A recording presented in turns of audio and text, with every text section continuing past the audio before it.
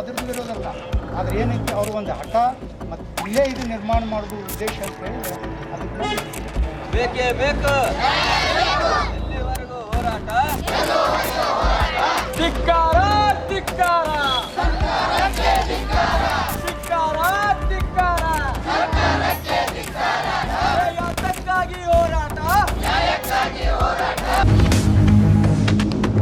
ಅಂತ ಹೇಳಿದ್ರೆ waqf once a waqf means always waqf. ಆಮೇಲೆ ಇದಕ್ಕೇನೈತಿ ಕೆಲವೊಂದು ಪ್ರಭಾವಿಶಾಲಿ ರಾಜಕಾರಣಿಗಳು ಏನು ಮಾಡಿದ್ದಾರೆ ಅದಕ್ಕೆ ಭಾಗಿ ಮಾಡ್ಯಾರ. ಈಗ ಮಸೂತಿದ್ದಂಥ ಸ್ಥಳಗೇನು ಕಬ್ರಸ್ತಾನಿಗೆ ಎನ್ಕ್ರೋಚ್ಮೆಂಟ್ ಮಾಡಿ ಕೆಲವೊಂದು ಬಡವ ಜನರು ಎನ್ಕ್ರೋಚ್ಮೆಂಟ್ ಮಾಡಿ ಅದಾರ, ಮನೆಗಳು ಮಾಡದಾರ. ಅದಕ್ಕೇನು ಇದನ್ನಿಲ್ಲ.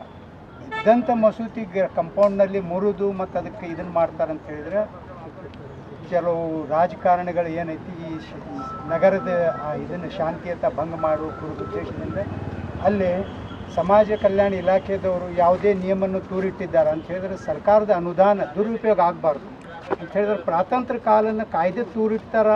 ಆಮೇಲೆ ಯಾವುದೇ ಥರದ ಪರಿಶೀಲನೆ ಇರಲಾರ್ದ ಇದನ್ನೆಲ್ಲ ನಕಾಶೆ ಇಲ್ಲ, ಯಾವುದೂ ಮಹಾನಗರ ಪಾಲಿಕೆ ಪರವಾನಗಿ ಇಲ್ಲ, ಆಮೇಲೆ ಇವ್ರದ್ದು ಪ್ರಾತಂತ್ರ್ಯ ಕಾಲದ ಇಲಾಖೆಯವ್ರದ್ದು NOC ಇಲ್ಲ, ಇಂಥ ಇದರದಲ್ಲಿ ನಿರ್ಮಾಣ ಮಾಡ್ತಾರೆ.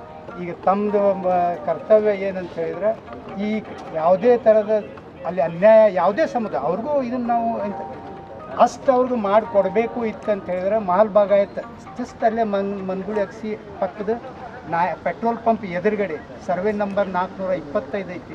ಅದರೊಳಗೆ ಇದಕ್ಕಿಂತ ಒಳ್ಳೆಯದು 625 ಚೌರಸ್ ಫೂಟ್ ಅಡಿ ಸಣ್ಣದಾಗ್ತದೆ. ಇದು ದೊಡ್ಡದು ಮಾಡ್ಕೊಳ್ಳಿ. ನಾವು ಅಂಬೇಡ್ಕರ್ ಅವ್ರದ್ದು ವಿರೋಧಿ ಅಲ್ಲ. ಬೇಕಾಯಿತು ಅಂತಿದ್ರೆ ಅದೇ ಹಣದಲ್ಲಿ ಶಿಕ್ಷಣ ಸಂಸ್ಥೆ ನಿರ್ಮಾಣ ಮಾಡಲಿ ಅವರು. ನಾವು ಅದ್ರದ್ದು ವಿರೋಧಲ್ಲ. ಆದರೆ ಏನೈತಿ ಅವರು ಒಂದು ಹಠ ಮತ್ತು ಇಲ್ಲೇ ಇದು ನಿರ್ಮಾಣ ಮಾಡೋದು ಉದ್ದೇಶ ಅಂತ ಹೇಳಿದ್ರೆ ಅದಕ್ಕೆ ನಾವು ಮಾತಾಡ್ತೀವಿ. ನಮ್ಮದು ಒಂದು ಇದನ್ನ ಆಗಿದೆ ಆದರೂ ಕೂಡ ಮತ್ತೆ ಮೂರನೇ ಸಲ ಅವರು ಈಗ ಅಲ್ಲಿ ಸರ್ವೆ ಮಾಡಿಸ್ರಿ ಪ್ರಾಂಪ್ಟ್ ಆಗಿ. ಅಲ್ಲಿ ಅಧಿಕೃತವಾಗಿ ನೋಟಿಸ್ ಕೊಟ್ಟು ಎಲ್ಲರಿಗೆ ಸರ್ವೆ ಮಾಡಿಸ್ರಿ. ನಮ್ದು ಕಟ್ಟಕ್ಕೇನು ಇದಿಲ್ಲ.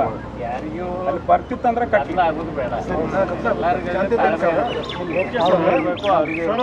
ಈ ಮೊದಲು 2 ವರ್ಷದ ಮೊದಲು ಜಲನಗರ ಬುದ್ಧಿವಾರ ಒಳಗೆ ಕೂತು ಅವರ ಸಮಾಜದವ್ರು ಕೂತು ನ್ಯಾಯ ಮಾಡ್ಯಾವ. ಸರ್ವೆ ಮಾಡ್ಯಾರ ಎಲ್ಲ ಮಾಡ್ಯಾರ. ಅದನ್ನು ಮೀರಿ ಈಗ ಹೋರಾಟ ಮಾಡಕತ್ತಾರ ಎಲ್ಲರಿದ್ರು. ಎಲ್ಲ ಲೀಡರ್ಸ್ ಬಂದಿಲ್ಲ. ಕರ್ದೇವ್ ಸರ ರೆಸ್ಪಾನ್ಸ್ ಕೊಡಕತ್ತಿಲ್ಲ. ಯಾಕಂದ್ರೆ ಇವೆಲ್ಲ ಸಣ್ಣ ಇಶ್ಯೂ ದೊಡ್ಡದು ಎಲ್ಲಾರ ಕಡೆನೂ ಒಂದಿಟ್ಟು ನಾವು ಸೋಲ್ಬೇಕಲ್ಲ. ಈಗ ರಾಜಿ ಅಂದ್ರೆ ನಾವು ಅವ್ರು ಹೇಳ್ದಂಗೆ ಒಪ್ಕೊಂಡಿವಿ ಸರ್. ಇದು ಸಾರ್ವಜನಿಕ ಸೇಮ್ ಮ್ಯಾಟರ್ನಲ್ಲಿ ಒಂದೇ ರಿಕ್ವೆಸ್ಟ್ ಅಂದರೆ ಇದು ಮಸೂತಿ ಆರ್ಕಿಯಾಲಜಿಕಲ್ ಡಿಪಾರ್ಟ್ಮೆಂಟ್ ಅಂಡರ್ನಲ್ಲಿ ಬರೋದ್ರಿಂದ ಸಂರಕ್ಷಿತ ಕಟ್ಟಡವಾಗಿದೆ. ಕಾರ್ಕಡೆ ಯಾವ ರೀತಿ ಅದರ ಸುತ್ತಮುತ್ತಲ ಕಟ್ಟಡ ಆಗಬಾರ್ದು, ಅನಧಿಕೃತವಾಗಿ ಕಾನೂನು ಬಾಹಿರವಾಗಿ ಅದಕ್ಕೆ ಪರ್ಮಿಷನ್ ಕೊಡಬಾರ್ದು ಅಂತ ರಿಕ್ವೆಸ್ಟ್ ಸಾರ್ವಜನಿಕ. अस्सलामुअलैकुम, नमस्कार। आज हमें इखलास खान मस्जिद के तहत जो एक डिस्ट्रीब्यूशन चले कि एक अम्बेडकर भवन निर्माण की वजह से कुछ लोग धरने बैठने की वजह से गलत फैसला ना होना बोल को क्या है डिस्ट्रिक्ट एडमिनिस्ट्रेशन को हमें मनवी देने आए थे। कहाँ है इखलास खान? ये इखलास खान मस्जिद मनगुली बेस से हमारे AVS आयुर्वेदिक महाविद्यालय। AVS आयुर्वेदिक महाविद्यालय भी क्या है वो गैर कानूनी है, वक्फ बोर्ड की प्रॉपर्टी है। 610 सिटी सर्वे नंबर और 611 में जो है मस्जिद है। तो ये टोटल ज़मीन उसकी 16 एकड़ ज़मीन में, उसमें कुछ दलित भाइयों के घर थे। तो ज़्यादातर एनक्रोचमेंट हुआ तो भी उसे हमें ऑब्जेक्शन नहीं करे। क्यों नहीं करे? करीब में कौन सी है नहीं चल, अल्लाह ताला की नेमी ज़मीन में सब लोगों को रहने का हक है बोल को उसके हिसाब से। तो अब क्या है, कुछ गंदी पॉलिटिक्स की वजह से वहाँ एक छोटा सा 625 स्क्वायर फीट जो एक छोटे भवन निर्माण के वास्ते जो एक जगह देखो सिटी के जो एक क्या बोलते हैं शांतियता को भंग करने के वास्ते गंदी राजनीति का खेल कर रहे हैं। तो समाज कल्याण इलाके के जो 20 लाख रुपए अगर उन्होंने आज काम शुरू करे तो 2 दिन के बाद में बंद हो सकता है। क्यों कर को बोले तो आर्कोलॉजिकल मॉन्यूमेंट एक्ट 1958 और 2010 क्या बोलता है, प्रोटेक्टेड मॉन्यूमेंट नंबर 1 ये है वो। वहाँ लाल बोर्ड भी लगा हुआ है और बोर्ड भी लगने के बावजूद भी वो उसकी अनदेखी हुई करते हुए बगैर सर्वे के 20 लाख रुपए जो गवर्नमेंट के, मेरे ना किसके, गवर्नमेंट कर को क्या है, समाज कल्याण वाले उसे एक स्कीम के तहत अलॉटमेंट करें, तो वो क्या है, गैर कानूनी पैसा, सरकार का पैसा है नहीं, गलत इस्तेमाल नहीं होना। तो डिस्ट्रिक्ट एडमिनिस्ट्रेशन जानबूझ को, एक डीसी भी उसे सर्वे करने के वास्ते 9वें महीने में 2023 में सर्वे के वास्ते एक रिपोर्ट दिए, तो वहाँ वो ऑलरेडी 605A ये ऑलरेडी ज़मीन दरगाह के वास्ते वक्त ये है, वो 1970 हमारे जो भी उस वो मस्जिद के जो भी जिम्मेदार हैं उनका वक्फ बोर्ड से अलॉटमेंट लेटर है, लेटर बगैर इन्हों क्या करें, बगैर देखे हुए वही सर्वे नंबर दूसरे को अलॉटमेंट करते हैं। तो ये कौन अलॉटमेंट करे ऑफिसर, उसके खिलाफ एक्शन होना। तो ये एडमिनिस्ट्रेशन के ऊपर हमना भरोसा नहीं है। तो क्या है, आने वाले दिनों में हमें हमारी आगे की कार्रवाई अदालत के जरिए हमें क्या करना, वो कार्रवाई को जारी रखते हैं। CTS नंबर 610, 611, 612 की आप जब नहीं 610 और 611 की जो है वक्फ की प्रॉपर्टी 16 एकड़ है, उसके तहत 605 है। उसके बाजू जो है ना को 612, 616, 15 जो है ना को वो थोड़े मनगुली बेस के करीब में, यानी प्रोटेक्टेड मॉन्यूमेंट मनगुली बेस भी है, उससे नहीं दिखता है, इनको वायोलेशन कर रहे हैं। तो अब डिस्प्यूट कहीं पर 610 पर है, नहीं 605 ऑलरेडी 605 मस्जिद कौन से सर्वे में? मस्जिद 611 में, जैसे 610 में, 610 में। हाँ, तो वो प्रोटेक्ट मोनूमेंट में आता है या वक्फ बोर्ड प्रोटेक्ट में आता है? मॉन्यूमेंट में भी है, वक्फ बोर्ड में भी है। तो वक्फ बोर्ड इसके ऑब्जेक्शन नहीं करेगा अभी तक? नहीं वक्फ बोर्ड के आए थे, तो उन्होंने क्या मालूम है, क्या कानूनी कार्रवाई यानी मुझे नोटिस इश्यू नहीं हुई तो मैं क्यों, एक उनकी भी सही है। जब तक ये लोग क्या माम क्या बगैर नोटिस सर्व किए आपको सर्वे करते हैं कर बोले, तो इनका भी गलत है। वक्फ बोर्ड को कॉन्फिडेंस में लेना, वो उनकी प्रॉपर्टी है। तो जो रियल प्रॉपर्टी ओनर्स हैं उनको एक दरकिनार करते हुए कोई भी आ रहा है, किसकी भी लावारिस ज़मीन समझ को क्या है मेजरमेंट कर रहा है, तो इसमें एडमिनिस्ट्रेशन की पूरी तरह गैर जिम्मेदारी है। इसके ऊपर वक्फ बोर्ड भी हो, डिस्ट्रिक्ट एडमिनिस्ट्रेशन हो, और दूसरे जिसके भी थ्रू अगर ये आप मीडिया के ज़रिए जाती ताबड़तोड़ ये मसले को एक्शन होना। तो इखलास खान मस्जिद अभी वक्फ बोर्ड के अंडर में है? वक्फ बोर्ड के अंदर में है, और ऑलरेडी उसके ऊपर उनके पास रजिस्ट्रेशन है, उनके मेंबर्स की पूरे बाकायदा उसकी ये है, तो जमात के रजिस्ट्रेशन में रजिस्ट्रेशन में है। हाँ, जी। दरगाह। और तो अभी आप क्या चाह रहे हैं? अभी हमें आप चाहते हैं कि सिटी में शांतियता हो, और आने वाले उसकी हमारी लापरवाही की वजह से 3 गुंटे में मस्जिद को सिमेट कर रखें, तो हमें आने वाले दिनों में हमें लड़ को क्या है, हमारी पूरी 16 एकड़ ज़मीन हासिल करने की हमारी मुहिम जारी रहेगी। इसी मुद्दे को लेकर यहाँ पर धरनी सत्या किया जा रहा है, क्या हाँ, आपने उनसे बात की? नहीं, हम ना देखो कौन धरनी कर रहे हैं, हम ना उससे मतलब नहीं है, क्योंकि हमारी प्रॉपर्टी 16 एकड़ है। हमें प्रोटेक्ट करने के वास्ते डिस्ट्रिक्ट एडमिनिस्ट्रेशन के वास्ते हमें अप्रोच हुई।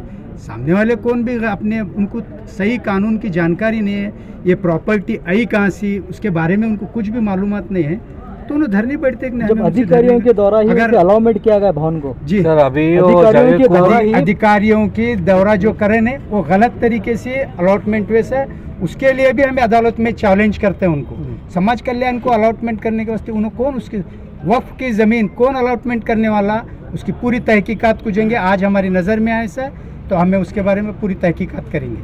तो हमारे अम्बेडकर के हद तक क्या मालूम कि अम्बेडकर साहब के भवन के निर्माण के वास्ते ऑलरेडी वहाँ 2 भवन नहीं, तो मैं क्या बोलता हूँ क्या वो 20 लाख जो भवन के निर्माण में अम्बेडकर साहब के नाम से, वहाँ सर्वे नंबर पेट्रोल पंप के सामने 425 माल बागायत में खुली जगह है, उसमें उनके नाम से बड़ी एक स्कूल कायम करेंगे। रहा तो हमारे भी कंट्रीब्यूशन करेंगे, और भी हमारे मुस्लिम समाज के तरफ से एक अम्बेडकर साहब के नाम से खाली भवन क्या है, उनके नाम से एक शानदार स्कूल बनेंगे। आपका नाम? अब्दुल हमीद इनामदार, मैं एक RT एक्टिविस्ट और समाज सेवक भी हूँ। तो क्या है, ये इश्यू आज देखने के बाद में ये लोग उन्होंने अकेले इस मुहिम के, तो मैं क्या मालूम है क्या, वक्फ बोर्ड के 8,000 एकड़ ज़मीन जो वक्फ बोर्ड डिस्ट्रिक्ट में ये हुई है, तो उसके तहत ऑलरेडी मेरे एक जो अगले मोमेंट में हमारा ये था, ऑलरेडी ये मेरे इसमें पूरी नॉलेज रहने की वजह से क्या है, तो मैं इसमें आकर रिप्रेजेंट कर रहा हूँ। तो कल से मेरी इसके जो देर हो रहा था वो कल से ही मैं कानूनी कार्रवाई शुरू कर। ಈ ಇಖ್ಲಾಸ್ ಖಾನ್ ಮಸೂತಿ ಜಾಗದಲ್ಲಿ ಇರುವಂತಹ ಒಂದು ಅಂಬೇಡ್ಕರ್ ಭವನವನ್ನು ನಿರ್ಮಾಣ ಮಾಡಲಿಕ್ಕೆ ಹೊಂಟಿದ್ದಾರೆ. ಅಂಬೇಡ್ಕರ್ ಭವನವನ್ನು ನಿರ್ಮಾಣ ಮಾಡಲಿಕ್ಕೆ ನಮ್ಮದು ಏನೂ ಅಭ್ಯಂತರ ಇಲ್ಲ. ನಾವು ಕೂಡ ಅಂಬೇಡ್ಕರ್ ಅವರನ್ನು ಭಾಳ ರೆಸ್ಪೆಕ್ಟ್ ಕೊಡ್ತೀವಿ. ಅವರ ಭವನ ಆಗಲಿ ಇನ್ನೂ ದೊಡ್ಡದಾಗಲಿ, ಕೇವಲ 650 ಸ್ಕ್ವೇರ್ ಫೀಟ್ನಲ್ಲಿ ಆಗೋದು ಬೇಡ, ಅದು 6500 ಫೀಟ್ನಲ್ಲಿ ಆಗಲಿ, ಅದಕ್ಕೆ ನಮ್ಮ ಸಪೋರ್ಟ್ ಇದೆ. ನಮ್ಮ ಕಡೆಯಿಂದ ಏನು ಸಾಧ್ಯ ಅದನ್ನು ಮಾಡ್ತೀವಿ. ಆಮೇಲೆ ನಮ್ಮ ಸುತ್ತಮುತ್ತಲು ಇರುವಂಥ ದಲಿತ ಬಂಧುಗಳು ಅವ್ರ ಜೊತೆ ನಾವು ತಲಾಂತರದಿಂದ ಸೌಹಾರ್ದದಿಂದ ಇದ್ದೀವಿ. ಇವತ್ತಿನವರೆಗೂ ಕೂಡ ನಾವು ಸೌಹಾರ್ದದಿಂದ ಇದ್ದೀವಿ. ಕೆಲವೇ ಕಿಡಿಗೇಡಿ ಜನ ಯಂಗ್ ಜನ್ರೇಷನಲ್ಲಿ ಕೆಲವೊಂದು ಹುಡುಗರಿದ್ದಾರೆ, ಅವರು ನಮ್ಮ ಮುಸ್ಲಿಂ ಮತ್ತು ದಲಿತರಲ್ಲಿ ಒಂದು ದ್ವೇಷವನ್ನು ಹಾಕಲಿಕ್ಕೆ ಪ್ರಯತ್ನ ಮಾಡ್ತಾ ಇದ್ದಾರೆ. ಇಂದಿನಿಂದಲ್ಲ 2 ವರ್ಷದಿಂದ ಪ್ರಯತ್ನ ಮಾಡ್ತಾ ಇದ್ದಾರೆ. ಇದಕ್ಕಿಂತ ಮುಂಚೆನೂ ಕೂಡ ದಲಿತ ಸಮಾಜದ ನಾಯಕರನ್ನು ಕರೆದು ಕುಮಾರ್ ಅವರು ಬಂದಿದ್ದರು, ಆಮೇಲೆ ನಾಗರಾಜ್ ಅವರು ಕೂಡ ಬಂದಿದ್ದರು, ಅಡವಿ ಅವರು ಬಂದಿದ್ದರು. ಅವ್ರ ಜೊತೆ ಮಾತಾಡಿ ಅವರು ಕೂಡ ಇದ್ದರು, ಯಾರಿಗೆ ಅಬ್ಜೆಕ್ಷನ್ ತೆಗೆದಿದ್ದಾರೆ ನಮ್ಮ ಸಮಾಜದವರು ಕೂಡ ಇದ್ದರು. ಕುಂತು ಈ ಸಮಸ್ಯೆಯನ್ನು ಬಗೆಹರಿಸಿತ್ತು. ಈಗಾಗಲೇ ಕುಮಾರ್ ಅವರು ಅವ್ರಿಗೆ ಆ ಜಾಗವನ್ನು ಅಳೆದು ಇಷ್ಟು ಜಾಗ ಬರ್ತದೆ ಅಂತ ನಮ್ಮ ಕಂಪೌಂಡಲ್ಲಿ ಮಾರ್ಕ್ ಮಾಡಿಕೊಟ್ಟು ಅದಕ್ಕೆ ನಾವು ಒಪ್ಕೊಂಡಿದ್ದೀವಿ. ಅದಾದ ನಂತರ ಮತ್ತೆ ಅವರು ಪದೇ ಏನಾದರೂ ಒಂದು ಕೆಣಕಿ ಜಗಳ ಆಗಬೇಕು, ಈ ಮ್ಯಾಟರನ್ನು ಹಿಂದೂ ಮುಸ್ಲಿಂ ದಲಿತ ಮತ್ತು ಮುಸ್ಲಿಂ ಮಾಡಬೇಕಂತ ಪ್ರಯತ್ನ ಮಾಡಿದ್ದಾರೆ. ಅದಕ್ಕೆ ನಾವು ಅವಕಾಶ ಕೊಡೋದಿಲ್ಲ. ನಾವು ಯಾವುದೇ ರೀತಿಯ ದ್ವೇಷ ದಾಂಧಲಿಗೆ ಅವಕಾಶ ಕೊಡೋದಿಲ್ಲ. ನಾವು ಶಾಂತಿಯನ್ನು ಬಯಸ್ತೀವಿ. ಶಾಂತಿ ರೀತಿಯಿಂದ ಕಾನೂನಕ್ಕೆ ತಕ್ಕಂತೆ ಕಾನೂನು ಅಡಿಯಲ್ಲಿ ನಾವು ಇದನ್ನು ಸಮಸ್ಯೆಯನ್ನು ಬಗೆಹರಿಸಲಿಕ್ಕೆ ಪ್ರಯತ್ನ ಮಾಡ್ತೀವಿ.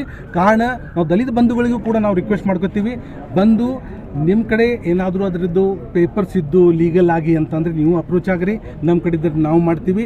ಒಂದು ವೇಳೆ ಅದು ವಕ್ಫ್ ಆಸ್ತಿ ಇದೆ, ಆಮೇಲೆ ಪುರಾತನ ಕಾಲದ ಕಟ್ಟಡ ಇದೆ, ಸಂರಕ್ಷಿತ ಕಟ್ಟಡ ಇದೆ, ಅದರಲ್ಲಿ ಯಾರೂ ಕೂಡ ಒಂದು ಇಟ್ಟಿಗೆಯನ್ನು ಕೂಡ ಇಡಬಾರ್ದಂತಿದ್ರೆ ನಾವು ಇಡಲ್ಲ, ಅವರು ಇಡಲ್ಲ.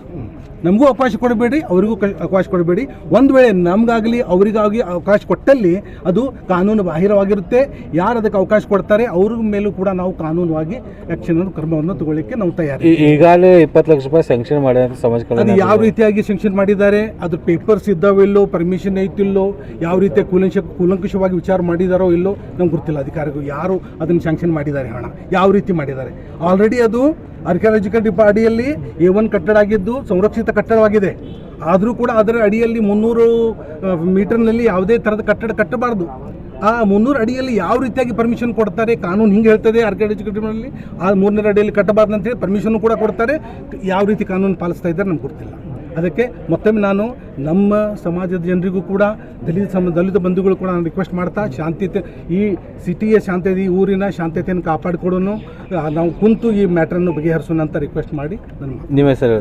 ನಾಸೀರ್ ಜಕಾತಿ ಅಂತ.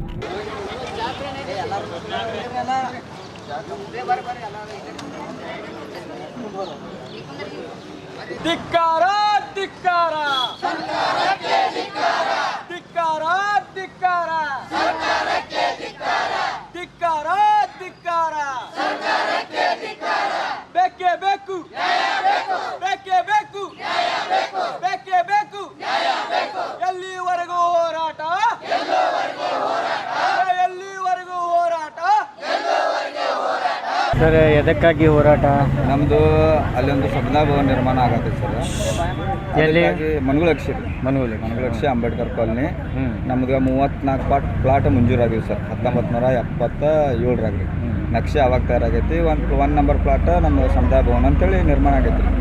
ಈಗ ಸಮುದಾಯ ಭವನಕ್ಕೆ ನಾವು ಇದ್ರ ಸಮಾಜ ಕಲ್ಯಾಣ ಆಫೀಸಿಂದ 20 ಲಕ್ಷ ರೂಪಾಯಿ ಮಂಜೂರಾಗಿದೆ. ನಾವು ಅದನ್ನು ಕಟ್ಕೊಳ್ಳೋಕೆ ಹೋದ್ರೆ ನಮ್ಮ ಅವನವರು ಅನ್ಯ ಕೋಮಿನವರು ಅದನ್ನು ತಡೆ ಮಾಡ್ತಾ ಇದ್ದಾರೆ ಸರ್. ಹಾಗಾಗಿ ನಮಗೆ ಅದರಿಂದ ವಾಪಸ್ ಅಷ್ಟು ಜಾಗನೂ ನಮಗೆ ಭವನಕ್ಕೆ ಸಾಕಾಗಲ್ಲ ಸರ್. ನಾವು ತಹಶೀಲ್ದಾರ್ ಅವ್ರಿಗೆ, DC ಅವರಿಗೆ ಮತ್ತು MLA ಅವರಿಗೆ, ಸಂಬಂಧಪಟ್ಟ ಎಲ್ಲ ಇಲಾಖೆಗಳಿಗೂ ನಮಗೆ ಹೆಚ್ಚುವರಿ ಜಾಗ ಮಂಜೂರು ಮಾಡಿ ಅಂತೇಳಿ ಅರ್ಜಿ ಕೊಟ್ಟಿದ್ದೀವಿ ಸರ್. ಈಗ ಅವರು ಏನು ಸರ್ಕಾರ ಏನು ಆದೇಶ ನಮಗೆ ಹೇಳುತ್ತೆ ಅನ್ನೋದು ಅದ್ರ ಸಂಬಂಧ ವೇಟ್ದಾಗ ಅದೇವ್ರಿ. ಅವ್ರು ಎದುರಿದವ್ರು ಏನು ಹೇಳ್ತಾರೆ, ಅದು ವಕ್ಫ್ ಬೋರ್ಡ್ ಜಾಗ. ವಕ್ಫ್ ಬೋರ್ಡ್ ಇದ್ದಿತ್ತಂದ್ರೆ ನೋಡ್ರಿ, ವಕ್ಫ್ ಬೋರ್ಡ್ ಇತ್ತಂದ್ರೆ ವಕ್ಫ್ ಬೋರ್ಡ್ ಬಿಡ್ತೇವೆ ನಾವು. ಸರ್ಕಾರದ ಇತ್ತಂದ್ರೆ ನಮಗೆ ಬೇಕು. ಯಾಕಂದ್ರೆ ಬಾಬಾ ಸಾಹೇಬರು ಬರ್ದಿರೋ ಸಂವಿಧಾನ ಮ್ಯಾಗೆ ನಾವೆಲ್ಲರೂ ನಡತ್ತೇವೆ. ವಕ್ಫ್ ಬೋರ್ಡ್ 2 ಜಾಗ ಐತಿ, ಅವ್ರು ಅಟ್ಟು ಇಟ್ಕೊಳ್ಳಿ. ಉಳಿದಿದ್ದು ಮಿಕ್ಕಿ ಸರ್ಕಾರ ಇತ್ತಂದ್ರೆ ನಮಗೆ ಅನುಮೋದನೆ ಮಾಡಲಿ. ನೀವು ಅವ್ರು ಯಾರೇ ಆಗಲಿ ಬಾಬಾ ಸಾಹೇಬ್ರ ಹೆಸರು ಮ್ಯಾಗೆ ಹೋರಾಟ ಮಾಡ್ತೇವೆ. ಯಾರಿಗೆ ಅನ್ಯಾಯ ಆದರೂ ಬಾಬಾ ಸಾಹೇಬ್ರೇ ಬೇಕು. ಹಾಂ ಅದಕ್ಕೆ ನಾವು ಒಪ್ತಿತ್ತಂದ್ರೆ ಒಪ್ತಕ್ಕೆ ಬಿಟ್ಕೊಡ್ತೇವೆ ನಾವು ಸರ್ಕಾರದೈತೆ ಅಂದ್ರೆ ಸರ್ಕಾರ ನಮಗೆ ಬಿಟ್ಕೊಡ್ಲಿ ಇಷ್ಟೇ ನಮ್ಮ ಕೋರಿಕೆ ಸರ್ ಸರ್ಕಾರಕ್ಕೆ ಮನವಿ ಮಾಡಲ್ಲ. ಹಾಂ ಮನವಿ ಮಾಡೋದು ಸರ್ಕಾರಕ್ಕಲ್ಲ ಜಿಲ್ಲಾಡಳಿತಕ್ಕೆ ಮನವಿ ಮಾಡೋದು. ಜಿಲ್ಲಾಡಳಿತ ಸರ್ಕಾರಕ್ಕೆ ಮಾಡ್ತೈತು MLA ಅವ್ರಿಗೆ ಮಾಡ್ತೈತು ಯಾರಿಗೆ ಮಾಡ್ತೈತು ಅವರಿಂದ ಒಟ್ಟು ನಮ್ಗೆ ನ್ಯಾಯ ಸಿಗುತ್ತೆ. ನ್ಯಾಯ ಸಿಗೋತನ ನಾವು ಧರಣಿ ಸತ್ಯಾಗ್ರಹ ಇಲ್ಲೇ ಕೊಡ್ತೀವಿ. तब सर सतीश कुमकड्डी। तो पिछले 2 दिनों से जो है DC ऑफिस के पास बाबा साहब अम्बेडकर यंग कमेटी जो है, जो मनगोली अक्षी में कॉलोनी है BR अम्बेडकर कॉलोनी, वहाँ पर जो एक समुदाय भवन निर्माण होने को जा रहा है और इसके लिए जो वहाँ से सरकार से जो है समाज कल्याण इलाके से जो धन भी रिलीज़ हुआ है और इसके लिए जो है वहाँ पर जब निर्माण हो रहा था तो वहाँ पर एक इखलास खान मस्जिद भी है, तो वो मस्जिद जो है अंडर वक्फ बोर्ड के अंडर में आती है और ये पूरा प्रोटेक्ट मोनूमेंट में आता है। तो उन्होंने भी जो है आज डिप्टी कमिश्नर को एक मनवी दी है और ये कि इस वक्फ बोर्ड की प्रॉपर्टी की सुरक्षा करे वो भी दिया है। और दूसरी तरफ BR अम्बेडकर भवन के निर्माण के लिए यहाँ पर पिछले 2 दिनों से धरना प्रदर्शन चला है और डिप्टी कमिश्नर को वो मनवी कर रहे हैं कि सरकार का जगह जो है हमें जो है भवन बनाने के लिए दें। और उन्होंने स्पष्ट भी कहा कि अगर वक्फ बोर्ड की ज़मीन है तो हम नहीं लेंगे, सरकार की ज़मीन है तो वहाँ पर जो है अम्बेडकर भवन बनाने की हमें इजाज़त है। इसी को लेकर आज यहाँ पर धरना प्रदर्शन हुआ है और मुस्लिम समुदाय ने उन्होंने भी जो है आज ही डिप्टी कमिश्नर बीजापुर को एक मनवी भी दी है। अब देखना बाकी है कि सरकार या जिला आडलित दोनों तरफ जो है किस तरह से जो है अमन और शांति कायम रखते हुए इस मसले को हल करती है, ये देखना अभी बाकी है। कैमरामैन सुफियान के साथ मैं Khurshid Alam, B news nation, Bijapur. माता पिता ना करें अपने बच्चों के भविष्य की फिक्र। एनलाइट पब्लिक स्कूल कंपटीशन के युग में क्वालिटी एजुकेशन बच्चों के टैलेंट और इंटरेस्ट के अनुसार संवारा जाएगा आपके बच्चों का भविष्य। पोल्यूशन, ट्रैफिक के वायलेंस से दूर एनलाइट पब्लिक स्कूल इंडोर और outdoor sports, hitech smart classes, computer laboratory, LKG से लेकर SSLC तक के एडमिशन ओपन हैं। एनलाइट पब्लिक स्कूल में सिंदगी रोड, बीजापुर।